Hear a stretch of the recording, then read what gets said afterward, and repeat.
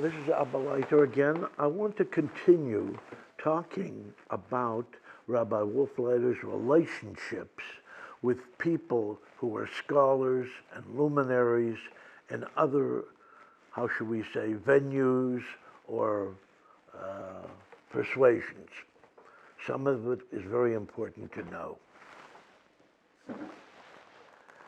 I have before me a letter here from Jacob Mann. Jacob Mann was in Cincinnati, Ohio, quite a renowned scholar. And this was back in 38. And my father was in touch with him a few times, it looks like. And what he told my father was, in regard to his request, he had an answer for him. There was a gentleman named Krista Polar in Poland, in Galicia, from a very, very esteemed family. And my father even wrote a responsa to him in the Bet David. He was a very learned man, and he wrote a treatise on dreams in the Talmud, the way the Talmud treats dreams. He had actually addressed a letter to my father that perhaps he could see that he could get a position in America working within some kind of, situation where he could continue his work, his scholarship, his investigations. He didn't feel staying in Europe was a very healthy thing. Well, my father was interested in trying to help this person. Obviously, he knew that family. And he, as I say, one of his responsibilities in the Bet David was to this person on a question of Jewish law. He wrote away to the Hebrew Union College, to Jacob Mann. And he received an answer to his query. His query was, do you have a position for a man of this background? After all, this isn't, Orthodox halacha or anything that would interfere with you people, but this man has something to say for everybody, and it would be a very nice thing if you could, as it were, give him a position there. Unfortunately, the answer was they didn't have funding for such a position at that time. At the Reform Seminary in Cincinnati. Well, unfortunately, what followed was that this professor, Rabbi Krista Polar, died, I believe, in Minsk in 1942, during the Holocaust period. His worst fears were actualized. There were people trying to help other people. Obviously, Rabbi Professor Heschel was able to get out and get into that seminary in Cincinnati. And he remained a very, very devoted, good friend to my father throughout the years. In fact, I have an invitation here sent by, I believe, a Mr. Strauss, whose daughter married Professor Heschel. In other words, my father was invited to Heschel's wedding, and they kept up a very nice correspondence over the years, and he would call on my father when he came to Pittsburgh. He was a very fine man. I remember going into the JTS with my father. We saw a few people, and he was one of them. Another time I remember Professor Heschel walking into the Lakewood Yeshiva and looking at the rather meager amount of books we had in the so-called library there. I think it was on 617 6th Street. That's before they moved into their big buildings, et cetera, and everything. And someone came into the base medrash and said, there's a man with a huge, what they call a chup in my day. A huge whatever, and who's out there looking at the books. So I walked out, and I recognized him even from the back because I had met with him before.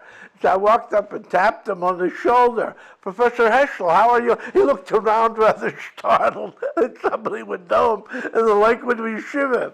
Anyway, we had a brief conversation.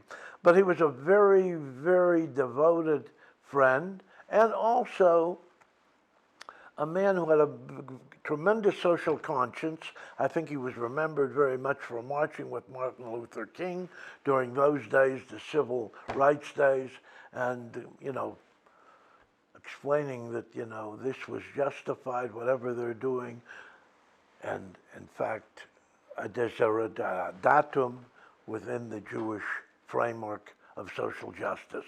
He was a very fine man. Besides the how should we say, the invitation to Rabbi Heschel's wedding, there's a number of other letters. When he reached the seminary, especially, he would be how should we say, sending letters occasionally to my father, and my father would be in touch with him. And when my father was in the JTS, he would make it a special point to see him. He would see Finkelstein and other people there, and especially Professor Lieberman. Lieberman was like very, very close with my father. They were, they came out of the same piece of cloth. Although he was a Leiter-Shelsheles, my father was a good, but in terms of scholarship, they were very close. My father quotes him, from Hagrash Lieberman. I think he's mentioned right near the beginning of some of his auras from time to time were very, very, very, significant and on target. And he was a very, very great scholar. But he worked at the JTS for many, many years. Why YU or some Orthodox institution didn't bring him over is a question one can mull over, because he was known as being very strictly Orthodox, came from an entirely Orthodox background, and was a very, very strict practitioner al pi halacha of everything that was Orthodox. There's no question about that. Extremely so. He had hoped when he came over that he had a great influence on his Talmidim, he told me, at JTS. And to some degree, I hope in some cases, he did have a great influence. There are still alive today, I believe, some people of his who are very great scholars. I understand one of them is here in Har Nof, Yerushalayim. There's another one in Jerusalem, Professor David Alivni, he should live a long and healthful life, over 90 years old. He studied under him quite a bit and carved out his own amazing, derech in Talmud. A very, very great scholar, a true luminary and a gem in the Jewish tradition, who has been given the Israel Prize and many other, notable accomplishments on his part. He eventually did leave the seminary because he didn't feel there were certain things that he could live with there, because they were just a little bit contrary, in his view, to halacha. So he went back to his roots a little bit from Sighet and Hungary at times, but he was also a very, very devout practitioner of everything al pi halacha in the Jewish religion, and a man who married into the Hager Mishpacha, I might tell you. And if you know what the Hager Mishpacha is, you understand that these were very great Hasidic, rabbis who also knew how to learn tremendously. There was one of the Haggers, by the way, in New York, who used to write to my father. I don't believe that his main office was being in the Rebbe, it was more of being a scholar, but I know they were in communication. In any case, let me get back to some of these other people. These people, we have Boaz Cohen. Boaz Cohen, if you can see this, would send my father, his work that he wrote. Oh, by the way, here's on prayer. Heschel's work on prayer that he sent to my father to look at. Okay?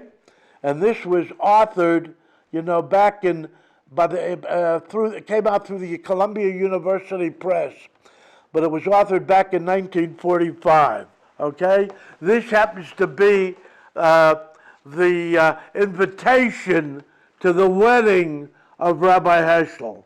I'm sorry I did a detour here, but I went away but I just picked them up and I wanted to show a few of them to you, that there really was quite a, and these are some more letters from Rabbi Heschel, and here's some more letters back from when he was still in Cincinnati, and then some more at JTS, and with his salutation at the end, or closing, Yedide Mekirei Umechabdo, okay? The one who is your friend, who esteems you and sees your preciousness, as it were, to be literal about it.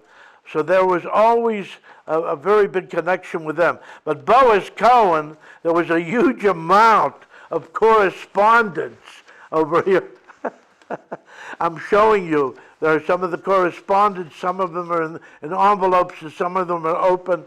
But here, for instance, he asked my father in 1944-45 if he could help out with a graduate of JTS.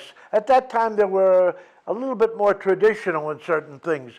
There was a town in West Virginia where the graduate was the rabbi, and there was a man who had given a get, or wanted to give a get to his wife, okay, Jewish divorce, but there was nobody there to put it in order.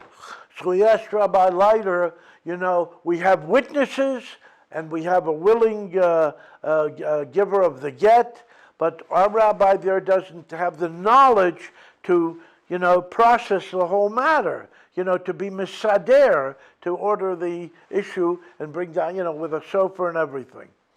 So if Rabbi Leiter could arrange to come down and see to that all the necessary preparations, etc., would be taken care of. So in those days, he also asked Rabbi Leiter a question about something, about somebody in a shul, whether they could be called up or etc. This is Boaz Cohen. Whether he, al pi shulchan orach, he wanted to know. What about that, Rabbi Leiter? Can you show me, give me an idea, an inkling, perhaps bring a raya or a source in one of the commentaries, etc., or the Shulchan Aruch itself, Rabbi Joseph Caro, regarding this issue? Well, if that is not going according to halacha, then I don't know what is. But it was very, very specific, okay? This was not just maybe some authority somewhere. This was according to Al-Pi Shulchan Aruch, Boaz Cohen. Boaz Cohen also sent him his monographs that he had written, and he was really a tremendous scholar and of great help to my father in his work over a period of well over 20 years. He was the librarian there at JTS, but he functioned, in a way that he was able to help my father, and probably a multitude of other rabbis too, who were interested in their work, and they knew that they had material there that could not be gotten elsewhere.